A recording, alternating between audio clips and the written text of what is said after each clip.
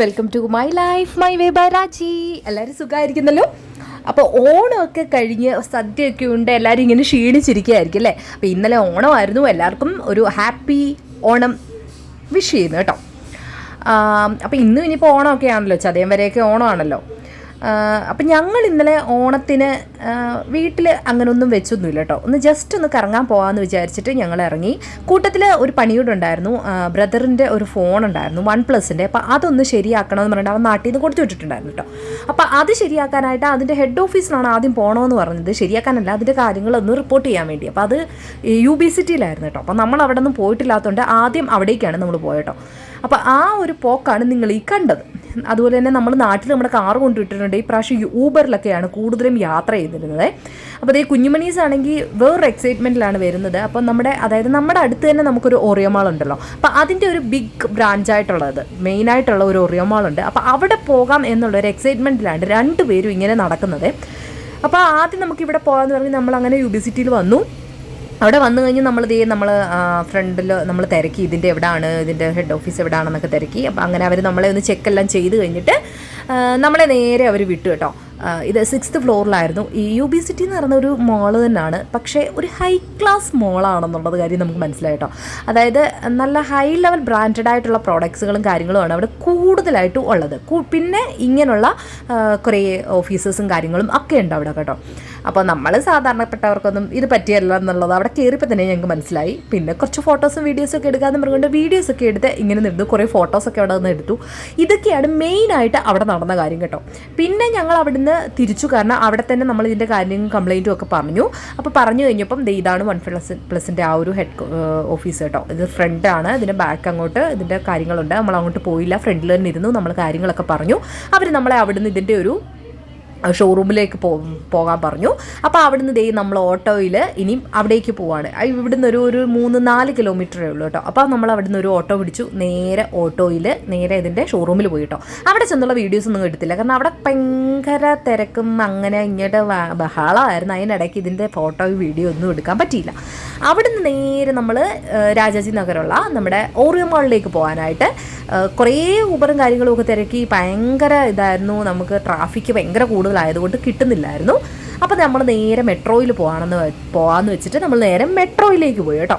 അപ്പോൾ കുഞ്ഞുമണീസ് ഇത് ഫസ്റ്റ് ടൈമാണ് മെട്രോയിൽ. ഞാനും 1-2 പ്രാവശ്യം മാത്രമേ ഇതിലൊക്കെ മെട്രോയിൽ കയറിയിട്ടുള്ളൂ കേട്ടോ. അപ്പോൾ അങ്ങനെ മെട്രോയിൽ ടിക്കറ്റൊക്കെ എടുത്തിട്ട് നമ്മൾ വന്ന് ഇങ്ങനെ നിൽക്കുകയാണ്. ഇനി അതിൽ പോകുന്നതിൻ്റെ ഒരു ത്രില്ലിലാണ് അവർ കേട്ടോ. അപ്പോൾ നമ്മൾ ആ കയറാൻ നിന്ന സ്ഥലത്ത് അത്രയ്ക്ക് വലിയ തിരക്കില്ലായിരുന്നു. ഇനി നേരെ ഇവിടുന്ന് മജസ്റ്റിക്കിൽ പോകണം. അവിടെ നിന്നാണ് നമുക്ക് വേറെ ട്രെയിൻ, അവിടെ ഇറങ്ങി വേറെ ട്രെയിൻ കയറി രാജാജി നഗർ നമുക്ക് പോകണം. അപ്പോൾ എനിക്ക് തോന്നി കൂടുതലും ഇങ്ങനെ മെട്രോയിലൊക്കെ പോകുന്നതായിരിക്കും ഒന്നുകൂടെ നല്ലതെന്ന് തോന്നി കേട്ടോ. ഊബർ ഇങ്ങനെ നോക്കി നിന്ന് കഴിഞ്ഞുള്ള പ്രശ്നം എന്താണെന്ന് വെച്ചാൽ, തിരക്കാണെന്നുണ്ടെങ്കിൽ പ്രത്യേകിച്ച് ഈ ഒരു ടൈം, ഒരു 11 o'clock 12 o'clock ഒക്കെ ടൈമെന്ന് പറഞ്ഞാൽ പൊതുവേ ഭയങ്കര തിരക്കായിരിക്കും. അപ്പോൾ ഈ വിളിക്കുന്ന ഊബറുകാർക്ക് നമ്മൾ പറയുന്ന സ്ഥലത്തേക്ക് വരാൻ തന്നെ ഭയങ്കര ബുദ്ധിമുട്ടാണ് കേട്ടോ. അങ്ങനെ ഞങ്ങൾ അവിടുന്ന് നേരെ വേറൊരു ഓട്ടോയിൽ നേരെ നമ്മുടെ ഓറിയോ മാളിലേക്ക് പോവാണ്.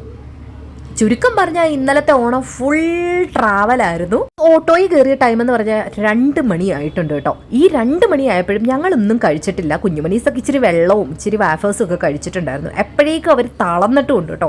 വേറെ ഒന്നും കാര്യമായി കഴിച്ചില്ല. ഒരു 7:30 ആയപ്പോൾ ഏത്തയ്ക്ക പുഴുങ്ങി കഴിച്ച് വെച്ച് ഇറങ്ങിയതാണ് നമ്മൾ.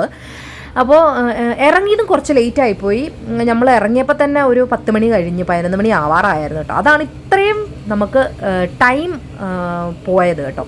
പിന്നെ നേരെ നമ്മൾ ഓറിയോ മാളി വന്നു കേട്ടോ. ഓറിയോ മാളി വന്നു കഴിഞ്ഞപ്പോൾ നമ്മൾ സാധാരണ നമ്മുടെ അടുത്തുള്ള ഓറിയോ മാളി പോകുന്നതിൻ്റെ 7 ഇരട്ടി സത്യത എനിക്ക് ഫീൽ ചെയ്തത് ഇവിടുത്തെ ലുലു മോളിനെക്കാട്ടി ഏറ്റവും വലിയൊരു ലുലു മോളിനെക്കാട്ടി വലിപ്പമുള്ളൊരു മോളായിട്ടാണ് എനിക്ക് ഫീൽ ചെയ്തത് കേട്ടോ. അങ്ങനെ എല്ലാ ഹൈ ബ്രാൻഡഡ് ആയിട്ടുള്ള ഷോപ്സും ഉണ്ട്, നമുക്ക് സാധാരണക്കാർക്ക് പറ്റുന്ന രീതിയിലുള്ള ഷോപ്സും ഉണ്ട്.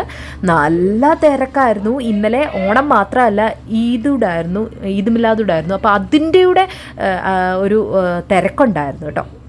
പിന്നെ ഒരു കാര്യം എന്ന് പറഞ്ഞാൽ, എങ്ങും ഇന്നലെ ഒരു ഓണമായിട്ട് സെറ്റ് സാരി ഉടുത്തോ അല്ലെങ്കിൽ മുണ്ടുടുത്തോ ഒന്നോ ആരെയും കണ്ടില്ല കേട്ടോ. സെറ്റ് സാരി ഉടുത്ത ഒരാളെ നമ്മൾ ഒന്ന് കണ്ടതല്ലാതെ ഓണത്തിൻ്റേതായിട്ട് ഒരു ഫീലിംഗ് നമുക്ക് ഉണ്ടായില്ല കേട്ടോ. അതാണ് ഏറ്റവും വലിയൊരു കാര്യം എന്ന് പറയുന്നത്. എങ്ങും ഒരു പൂക്കളം പോലും കണ്ടില്ല. അതുകൊണ്ട് തന്നെ നമുക്കൊരു ഓണമാണെന്നുള്ളൊരു ഫീലിങ്സ് തോന്നിയില്ല കേട്ടോ. ഒരു അവധി കിട്ടിയപ്പോൾ നമ്മളിങ്ങനെ കറങ്ങാൻ വന്നു എന്നുള്ള ഒരു ഫീലിംഗ് മാത്രമേ എനിക്ക് തോന്നിയുള്ളേ.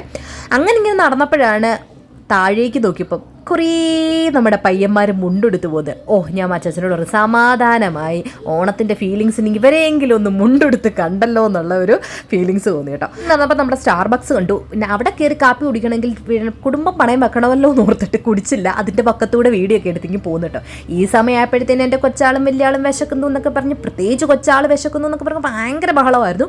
പിന്നെ ഞങ്ങൾ നേരെ മാക്സിൽ കയറി കുറച്ച് ഡ്രസ്സും ഒരു ഇയറിംഗ് സെറ്റും ഒക്കെ എടുത്തു. അപ്പോൾ ഇതാണ് ആകെ വരെ അവിടുന്ന് പർച്ചേസ് ചെയ്തത് കേട്ടോ. എന്നിട്ട് നേരെ നമുക്കിനി ഫുഡ് കോർട്ടിലേക്ക് പോകാമെന്ന് പറഞ്ഞ് നമ്മൾ നേരെ ഫുഡ് കോർട്ടിലേക്ക് പോകുമായിരുന്നു കേട്ടോ. അപ്പോഴേക്ക് സമയം ഏകദേശം 3 മണി കഴിഞ്ഞിട്ടുണ്ടായിരുന്നു. പിന്നെ നേരെ അവിടെ ചെന്നപ്പോൾ കുറേ സെറ്റ് സാരി എടുത്ത് ചേച്ചിമാരെയും കണ്ടു. അപ്പോൾ സന്തോഷമായി. പിന്നെ തിരിച്ച് വീട്ടിൽ വന്നു കഴിഞ്ഞ് രാത്രിയിലാണ് സത്യത്തിൽ ഞങ്ങൾ ഇന്നലെ ഓണത്തിൻ്റെ സദ്യ കഴിച്ചത്. ഞാൻ സത്യത്തിൽ വീട്ടിലൊന്നും ഉണ്ടാക്കിയില്ലായിരുന്നു. അപ്പോൾ നേരെ നമ്മുടെ ഓപ്പോസിറ്റ് ഞാൻ പറഞ്ഞിട്ടുണ്ട് മലയാളി ഫാമിലി ഉണ്ടെന്നുള്ള എൻ്റെ വീഡിയോ ഉണ്ടവർക്കൊക്കെ അറിയാം. ചേച്ചിയെക്കുറിച്ചൊക്കെ ഞാൻ പറഞ്ഞിട്ടുണ്ട്. ജനിത ചേച്ചി നമ്മളെ ഇന്നലെ ഫുഡിന് വിളിച്ചിട്ടുണ്ടായിരുന്നു. ഉച്ചയ്ക്ക് തന്നെ വിളിച്ചു കേട്ടോ സദ്യക്ക്. അപ്പം ഞാൻ പറഞ്ഞു നമ്മൾ ഇതുപോലെ ഒരു പ്ലാൻ ഇട്ടിട്ടുണ്ട്, അതുകൊണ്ട് വൈകിട്ട് വരാമെന്ന് പറഞ്ഞു.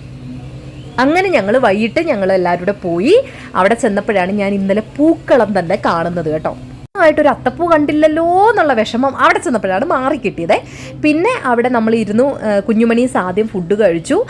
അവരിതേ കൂട്ടാനെല്ലാം കൂട്ടി ഇന്നലെ ആദ്യത്തെ ഓണസദ്യ ഞങ്ങൾ കഴിച്ചു കേട്ടോ. അപ്പോൾ അതെല്ലാം കഴിഞ്ഞ് ഞാനും അച്ചാച്ചനും ഇരുന്നു. അവിടുത്തെ ചേട്ടനും എല്ലാവരും ഉണ്ടായിരുന്നു. ചേച്ചിയൊക്കെ അതാണ് ജനിച്ച ചേച്ചി കേട്ടോ. ചേച്ചിയാണ് ഞങ്ങൾക്ക് ഫുഡൊക്കെ വിളമ്പി തന്നത്. അങ്ങനെ നമ്മൾ ഇന്നലെ അടിപൊളി ഒരു ഓണസദ്യ കഴിച്ചു. അത് അറിയാൻ വയ്യാത്ത കുറേ കൂട്ടാനൊക്കെ ഉണ്ടായിരുന്നു. അങ്ങനെ എല്ലാ കൂട്ടാനും കൂട്ടി 2 തരം പായസമൊക്കെ കൂട്ടി നല്ലൊരു ഓണസദ്യ കഴിച്ചു കേട്ടോ. അപ്പോൾ ഇന്നത്തെ വീഡിയോ ഇത്രയൊക്കെ ഉള്ളൂ. മറ്റൊരു വീഡിയോ ആയിട്ട് നമുക്ക് ഉടനെ കാണാം. ഞങ്ങളുടെ വീഡിയോയും ചാനലൊക്കെ ഇഷ്ടപ്പെടുന്നുണ്ടെങ്കിൽ തീർച്ചയായിട്ടും സബ്സ്ക്രൈബ് ചെയ്യുക, ലൈക്ക് ചെയ്യുക, ഷെയർ ചെയ്യുക. ബൈ.